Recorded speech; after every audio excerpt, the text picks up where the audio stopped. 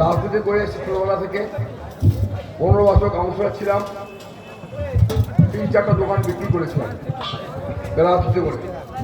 সৎ কথা বলি, সৎভাবে চলি, অন্যায় পছন্দ করি না, কংগ্রেস দলটা করি। কোনো দলে হয়ে আমি সমালোচনা করতে আসিনি। আমার দল কংগ্রেস, তার প্রার্থী রায় আগামী 23 তারিখ নির্বাচন,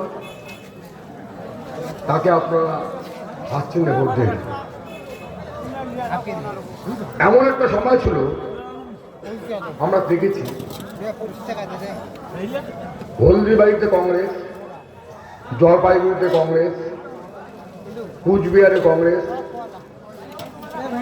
শিলিগুড়িতে কংগ্রেস, ইসলামপুরে কংগ্রেস, ডালখোলায় কংগ্রেস, রায়গঞ্জে কংগ্রেস, মালদায় কংগ্রেস, বহরমপুরে কংগ্রেস, সব টাউনে, সব পৌরসভায় কংগ্রেস রাজত্ব করেছে। আর সরকার চালিয়েছে রাজ্য সরকার সিপিএম এর। আপনারা সবাই জানেন, হলদিবাড়িতে যখন পৌরসভা কংগ্রেস দপদপ করছে, চারিদিকে সিপিএম এর পতাকা উঠছে, আমরা দেখেছি এইখানে